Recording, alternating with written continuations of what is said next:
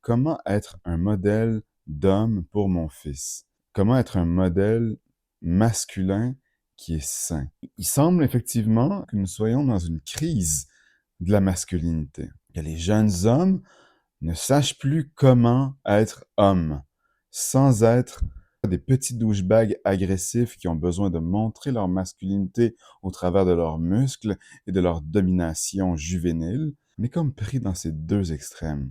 Le douchebag et le gars qui s'assume pas en tant que gars, qui n'ose plus être un gars. Toutes les révolutions culturelles depuis 60 ans ont fait que l'homme ne peut plus être un homme traditionnel qui rentre à la maison, fier de lui d'être le chef, qui ramène l'argent et qui a le rôle du pourvoyeur.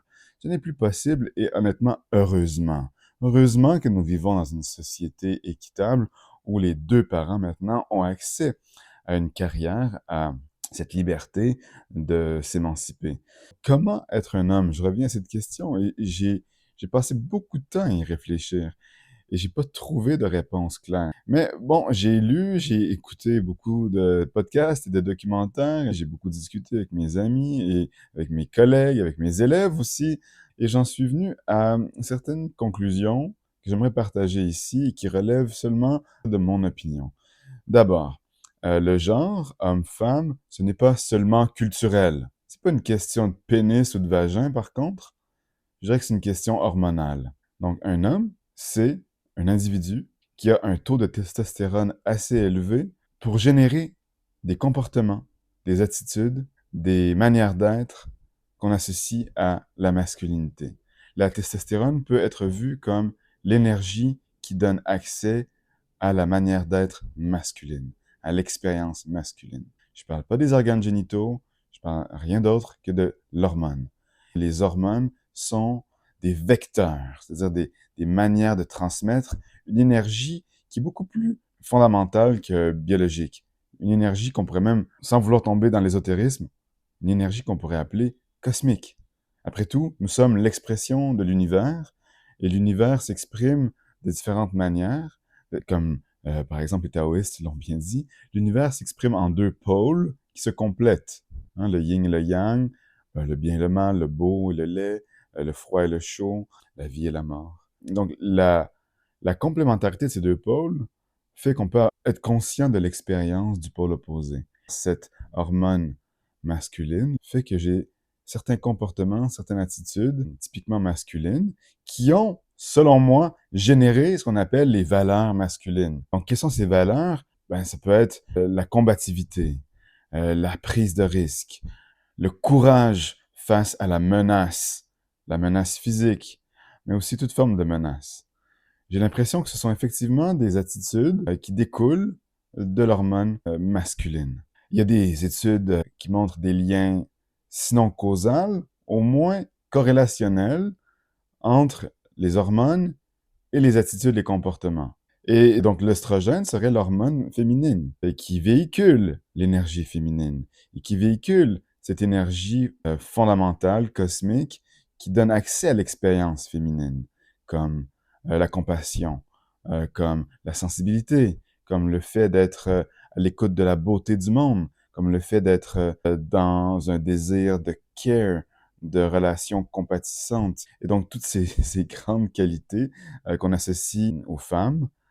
Ici, ce que je veux amener comme réflexion supplémentaire, c'est être un homme ou être une femme, ce n'est pas exclusivement être marqué par une hormone, une énergie, puisque nous possédons d'abord ces deux hormones en nous, mais ces deux énergies. Et donc, les Andrew Tates et les masculinistes, je dirais, adolescents, donc ces hommes qui ont besoin d'afficher une masculinité extrêmement juvénile, extrêmement adolescente pour se prouver aux yeux du monde, par des comportements violents, agressifs, par de l'homophobie, par du sexisme, par de la misogynie, toutes les formes de masculinité qui s'imposent par la force et qui font la promotion de l'agressivité et de la violence sont, à mes yeux, des jeunes enfants, des jeunes garçons qui n'ont pas réussi à trouver la confiance d'être réellement des hommes fiers de leur comportement masculin, de leurs attitudes masculines, de leur courage, de leur désir de protection, mais aussi fiers de leur part féminine, de leur besoin de compassion, de leur besoin de sensibilité, de leur capacité d'entrer en relation de manière douce, de leur intelligence émotionnelle. Je conclurai en disant que le modèle d'homme que je veux être, c'est un modèle qui est intégrateur, un modèle qui rejette au fond les stéréotypes d'hommes qui refusent de pleurer, d'hommes qui doivent être constamment dans un désir de domination, donc cette espèce d'illusion du mâle alpha. Quel désir adolescent de vouloir être un mâle alpha quand même. Quel besoin de compensation. Non, être un homme et le genre d'homme que je veux être aux yeux de mon fils, surtout le genre d'homme que j'espère qu'il va devenir, c'est un homme qui est fier d'être un homme. Et oui, qui choisit certaines normes, certaines valeurs associées à la masculinité. Et donc oui, qui affirme qu'on peut être un homme et fier de l'être, mais tout en étant sensible, tout en étant intelligent sur le plan des émotions, tout en étant doux.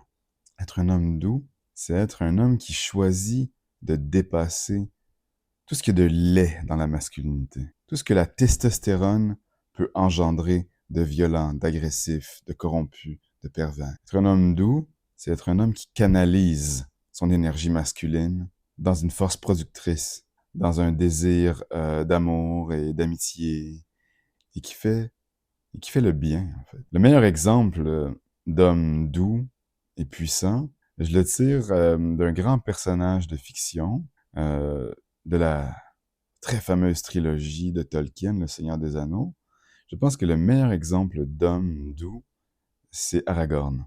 Il n'y a pas de plus grand homme que l'homme qui est capable de tuer, mais qui se restreint à le faire, et qui fait la promotion de la paix. Et donc, voilà ce que j'aimerais être et que je prétends pas être encore, mais que j'essaie d'être tous les jours aux yeux de mon fils. Je pense que si les jeunes garçons étaient valorisés dans leur désir d'être des hommes, que si les jeunes garçons se donnaient comme objectif de devenir des hommes puissants, des hommes fiers de leur masculinité, des hommes qui s'identifient à des valeurs fortes comme le courage, le désir de protection, la force physique, la force verbale, et qu'on les aidait à canaliser leur énergie masculine, il y aurait beaucoup de problèmes qui disparaîtraient. Je pense que beaucoup de problèmes dans le monde sont le fruit d'hommes qui sont restés enfants, adolescents, et qui ont besoin de compenser leur manque de confiance sexuelle, leur manque de confiance en soi,